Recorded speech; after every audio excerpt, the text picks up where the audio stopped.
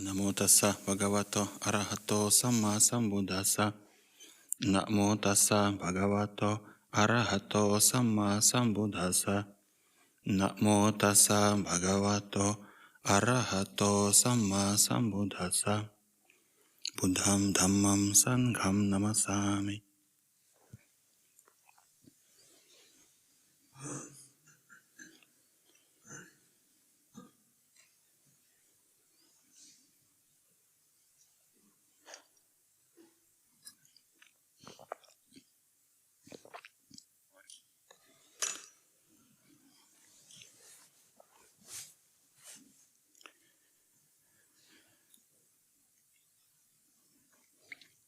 So thank you, Ajahn Nyanadassano, for inviting me.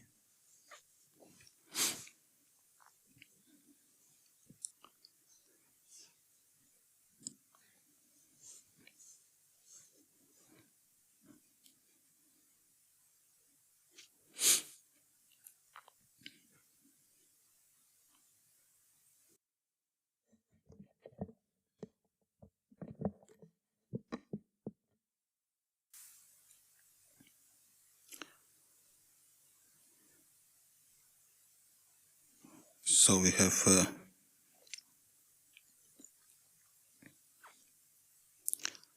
this new year, another new year. Didn't think about it until today, actually. And there's always kind of new hopes, new maybe plans.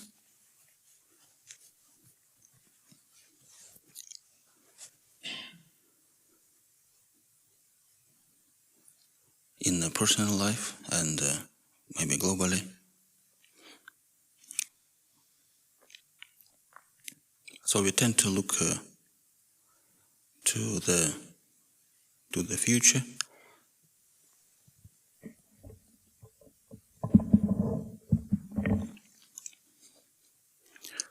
to the world, to bring us some contentment, stability, predictability, perhaps.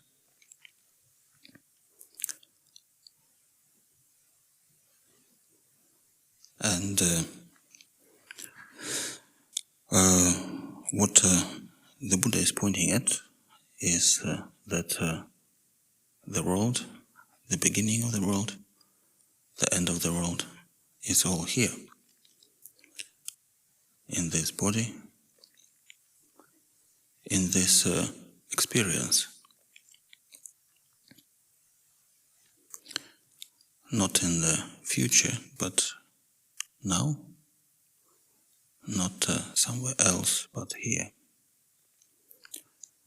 So this is the beginning of the world and the end of it. This is the suffering and end of suffering. It's all here.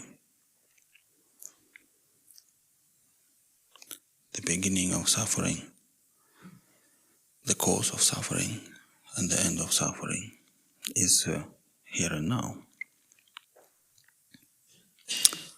So these are the words that are meant to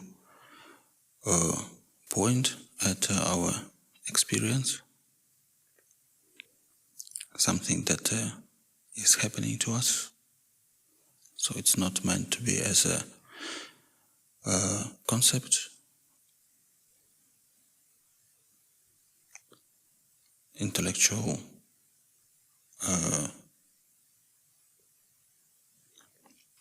like a pleasure, intellectual experience. It's meant to be pointing at what's happening. And so when the Buddha is talking about his own experience of awakening, he's describing it as discovering path that has been forgotten. It's not creating anything, not making up. So the Buddha didn't create the Dhamma. The Buddha discovered the Dhamma and put it in words, using words that were available at the time, understandable by people, to point at what is timeless, cannot be described.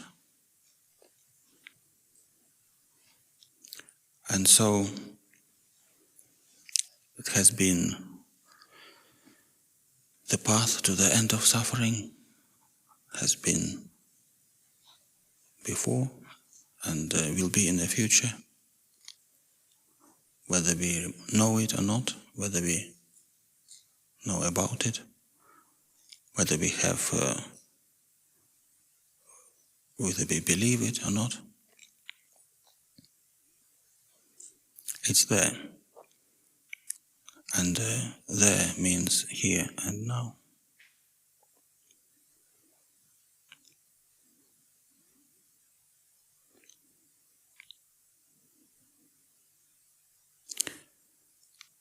So when we look at our experience here and now, that's where everything is happening. That's where the practice, that's where realization, enlightenment, the end of suffering is happening here and now. So we need to take it that these words are pointing at something. These words have no value in themselves. It's just noise.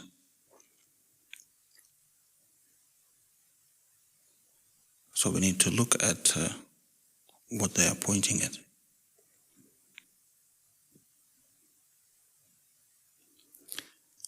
And when it is said that the world is in this body, what it means that body is just a body. It's just like it's like these posts here, or like a tree. Of course, when it is alive, it has its own sort of system and momentum. But the body does not get enlightened. The body does not stop suffering.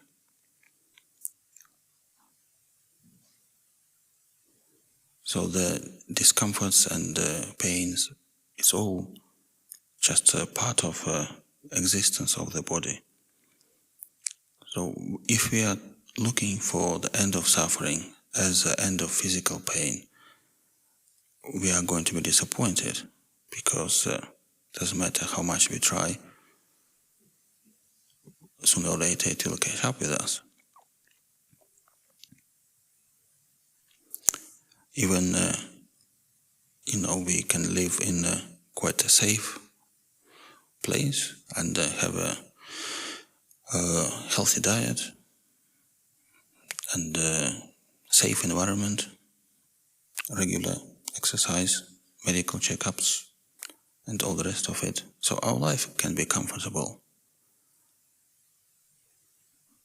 But that's not the end of suffering.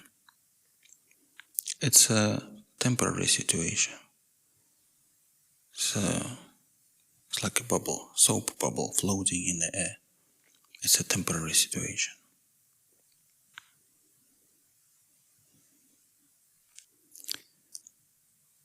So the end of suffering is not for the body. The body has to live in pain and die. So where is the end of suffering then? It's in the heart. So the heart is what we call citta, the mind, that which feels So the feelings feels joy and grief, happiness and disappointment, feels suffering and ends of suffering.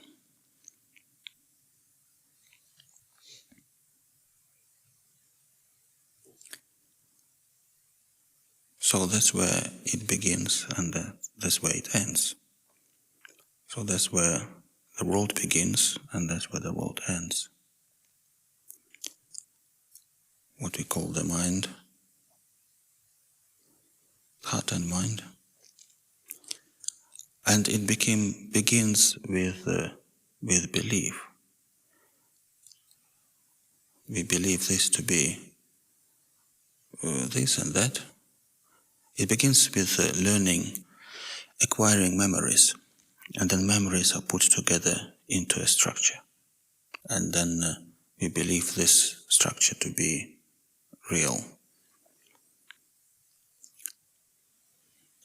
So memories is something like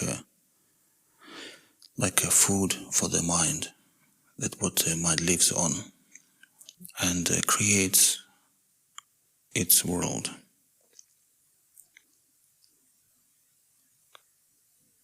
And suffers.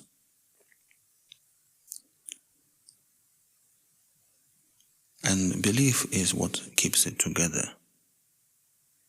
It's like the glue that keeps those bricks or particles, bits of memory.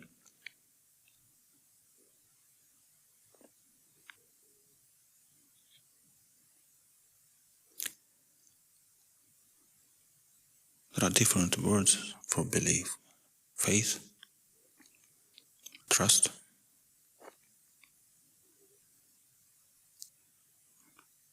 We live together comfortably because we trust that we can trust each other, we can trust that tomorrow there will be pretty much similar to today. We don't need to worry. We trust in money, that money actually exists. We trust that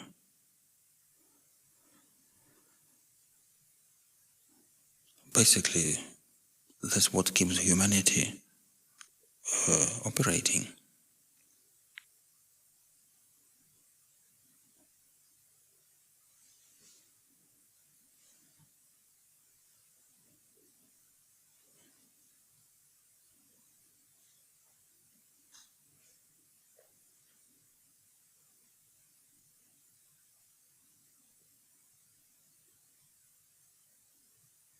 So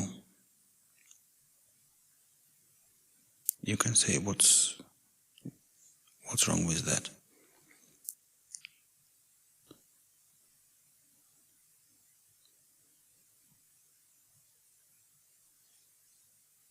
We put our trust in something that cannot be trusted, something that is disappointing, something that is changeable.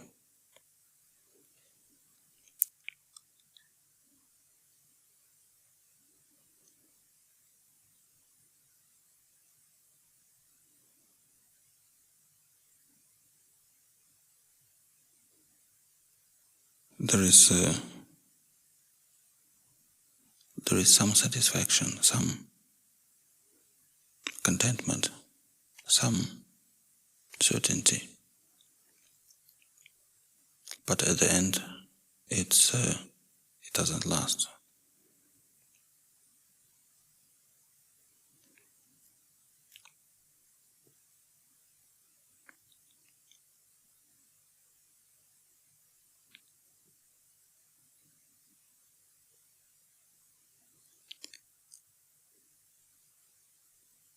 So we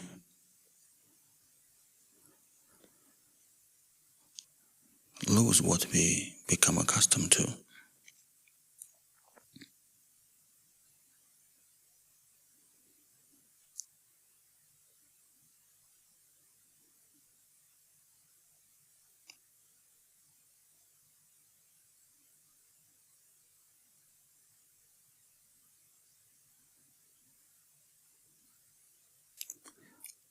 One of the biggest fears is losing stability. Like when suddenly we lose, let's say we walk in the dark and suddenly there is no ground, feeling like we are falling. Or we walk in water and suddenly there is nothing to step on.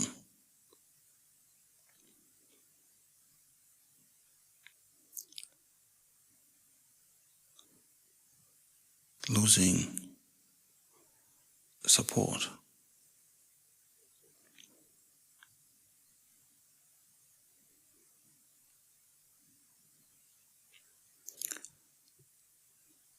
So in our lives we created supports and put our trust in them.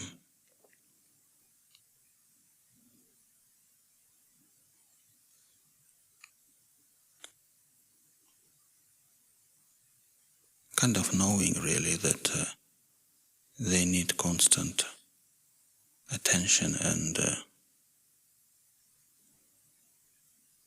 maintenance, but not really questioning the faith that we have in those supports.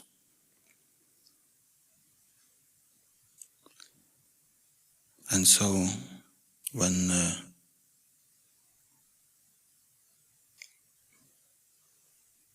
the ground disappears from under our feet, we grab anything we can grab just to feel support.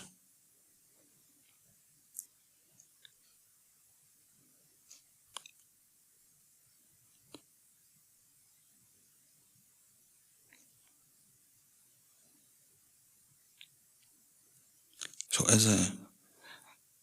maybe I'm talking a bit too abstract, but as a conscious experience, looking at what we experience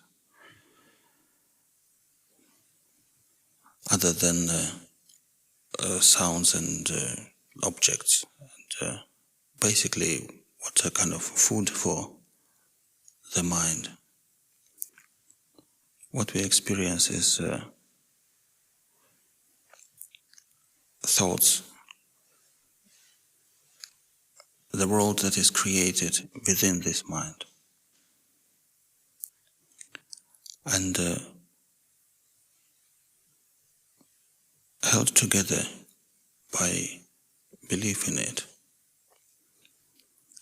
And then me trying to maintain safe and predictable future existence.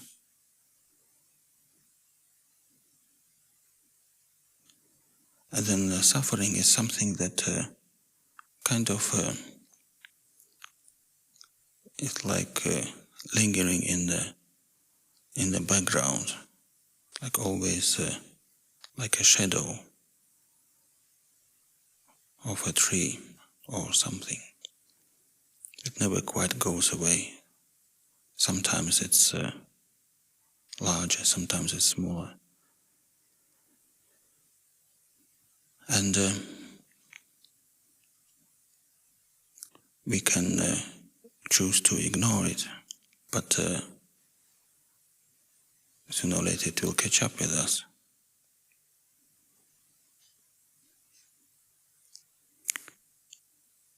So to see the end of it, we need to look at it.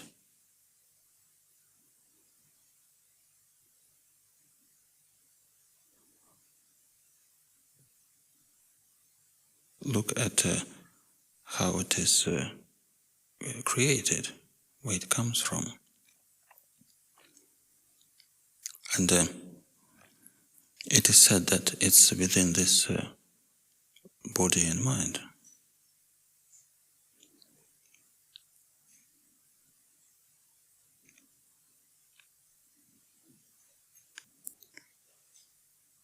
So we are attached to what is dear to us.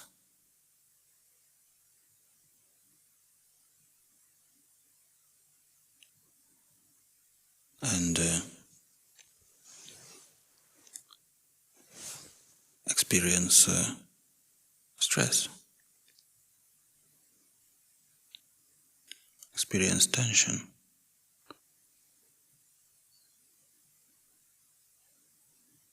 We may not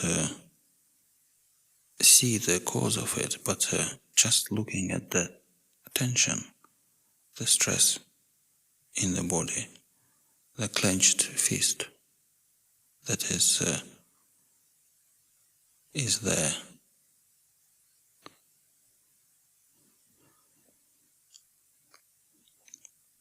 Not paying attention to objects like sense objects, like sounds or images. When we sit with our eyes closed, memories are passing by, either in some kind of order or just randomly. And we can get too distracted by them. So we try not to get distracted, but look at the suffering itself. And the clenched fist. And see what is it holding on to.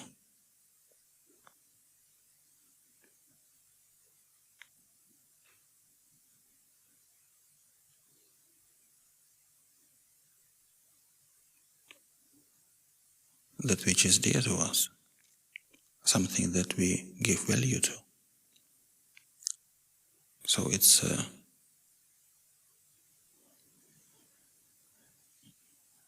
me wanting this and not wanting that.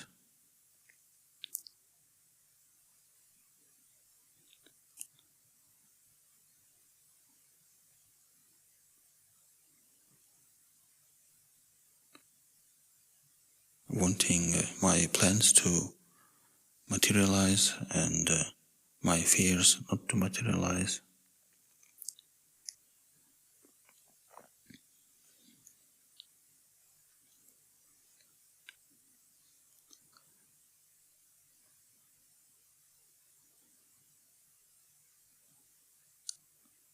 So looking at the clinging and following it through to craving, looking at craving. What is it we are craving? And then seeing the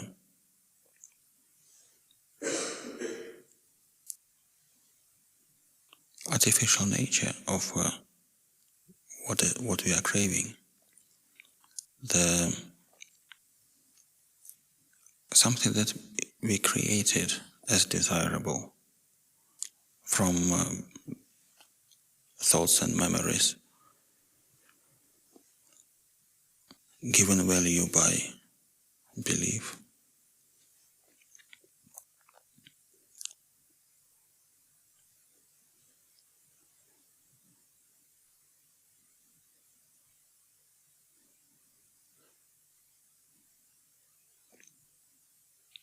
And that's when seeing the, you can say, artificial nature of this, then craving ceases.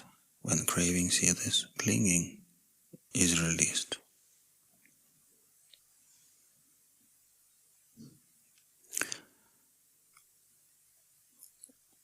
Sometimes it's good to have this some kind of a sentence, or like a mantra if you want, to have to support our practice, something that is kind of in the back of our mind perhaps. And I find particularly useful the one, there's nothing worth clinging to.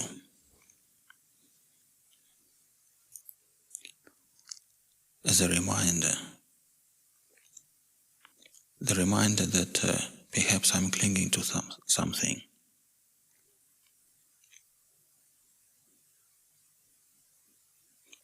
And taking it as a practice, looking at this attachment and following it to what is it I'm attached to? What is it that I find desirable?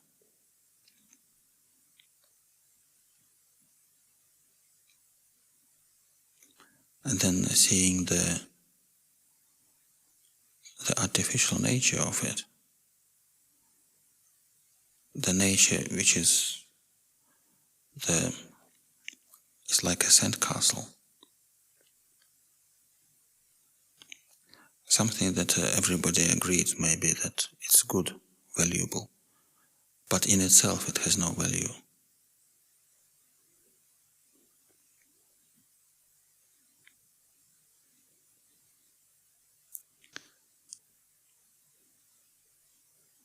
So that's where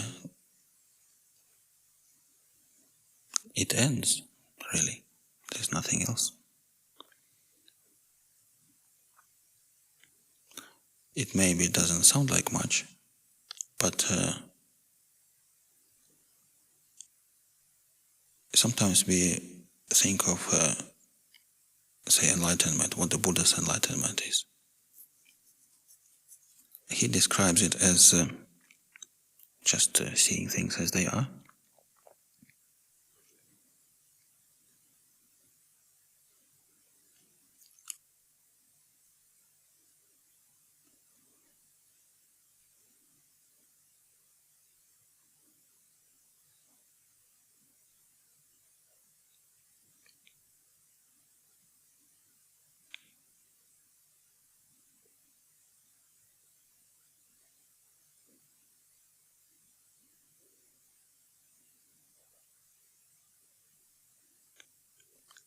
He talks about end of suffering like nibbana, like cooling fire. So with craving is fire, and ending of craving is cooling.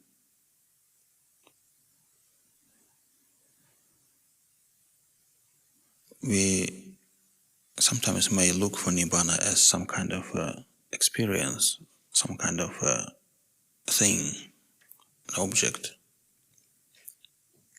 Like we sit, maybe meditate and look for some kind of secret door that leads to nibbana, some kind of special thing.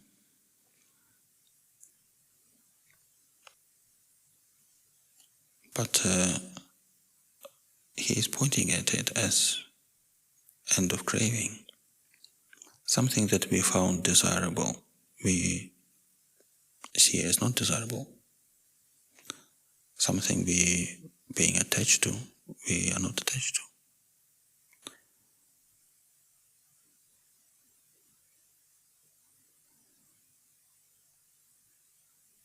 to. And it doesn't mean that the thing is disappearing from our life. Sometimes we can think of not being attached means you don't do your duties, you don't keep the kind of moral values or something like that.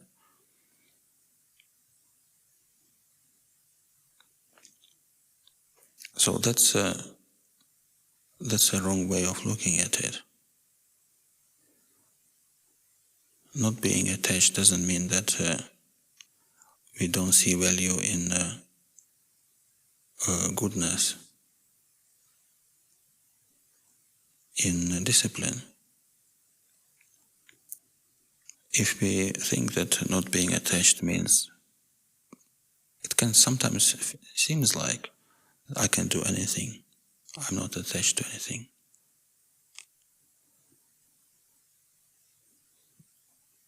So there can be that sort of moment, but usually, well, it comes from not quite understanding what it means not being attached. More like a concept, like something that, like a belief maybe. So if we become attached to the idea of not being attached, then we can end up doing not very nice things actually, and create grief to ourselves and others.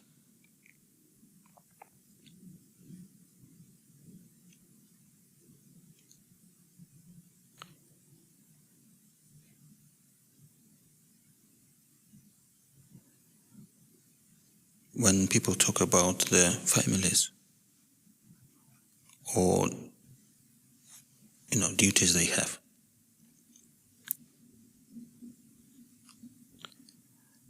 not being attached means you do what you can and leave the rest to the universe, to the karma. Whether your children are behaving the way you want them or not behaving, whether they are intelligent or not so intelligent, doing well at school or not. You do what you can to teach them good things and take care of them, but not being attached to the result. So in that sense, we do our best and don't really crave for the particular outcome, for a result of our actions. Understanding that we all have our karma.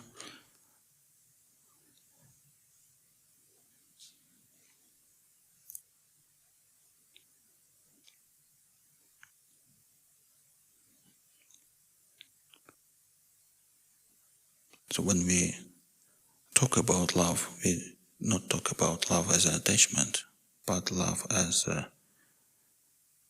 allowance for the world to be as it is, and for people and beings to be what they are, wishing them best and doing what we can to support them.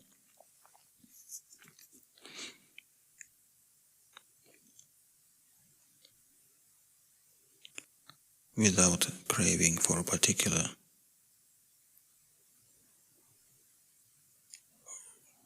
outcome.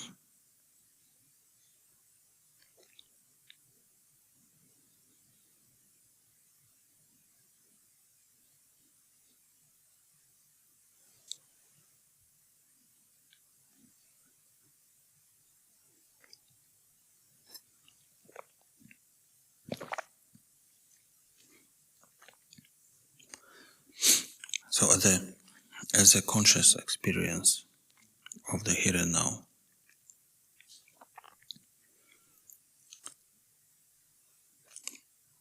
what we experience is, of course, body and feelings, thoughts, based on previous memories and whatnot.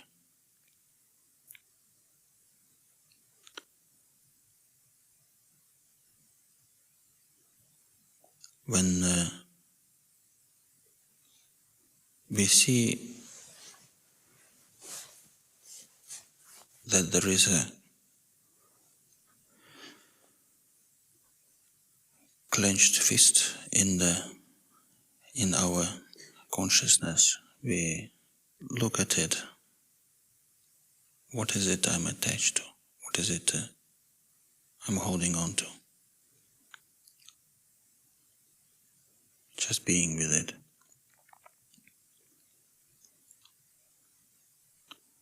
And then seeing that attachment comes from giving value, because something is dear to us. Believe that something has value, therefore I want to hold on to it.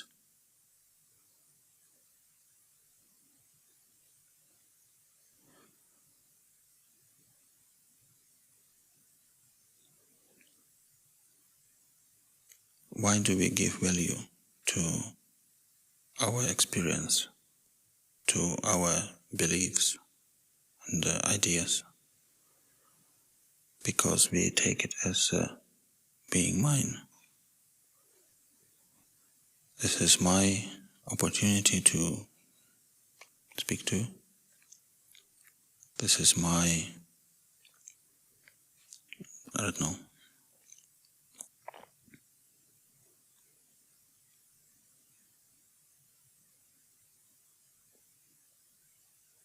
It doesn't matter what it is.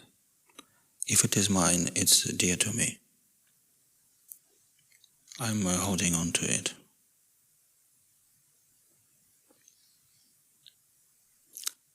So that's where teaching of not self is actually becoming important. Because what is not ours, we have no control, doesn't belong to us.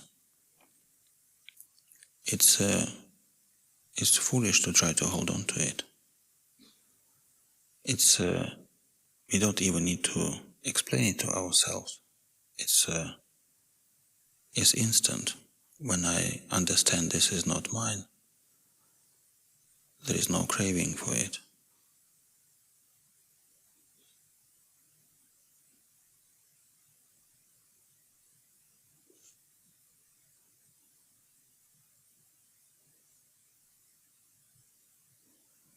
So the memories are not mine.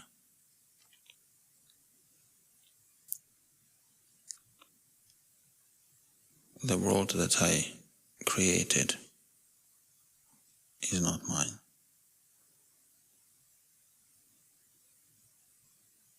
I don't hold on to it. Don't hold on to memories. Image of oneself. Believe this is what I am.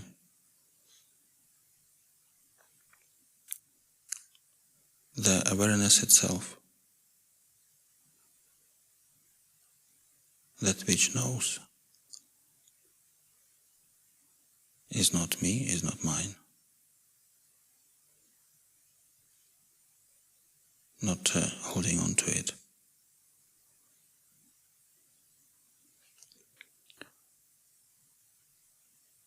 So whatever is created, whatever has a beginning,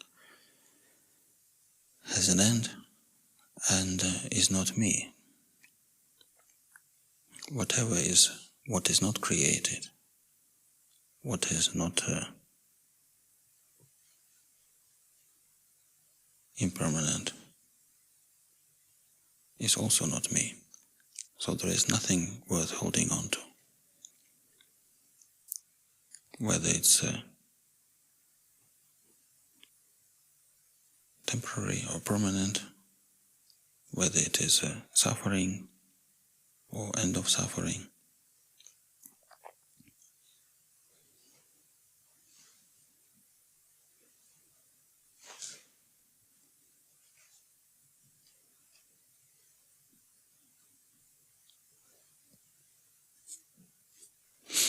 So this is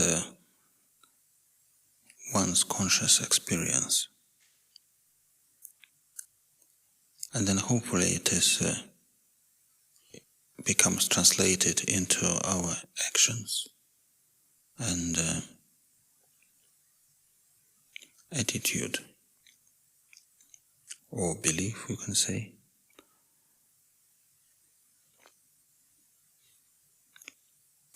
Maybe belief is not the best word, because once you know it's not worth holding on to, you can't quite hold on to it in the same way.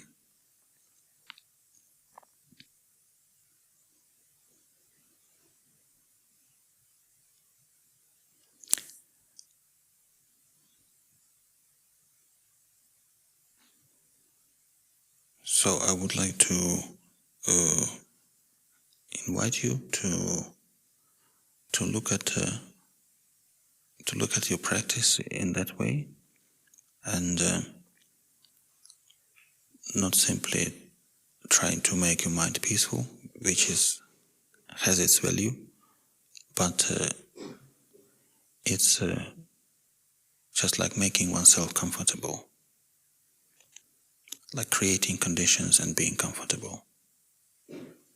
That's how we live here. We live comfortable life. But to be free from suffering, to make the best use of this, we need to examine our conscious experience in terms of attachment. What am I attached to? And letting go. So, I won't torture you anymore. Thanks for your attention.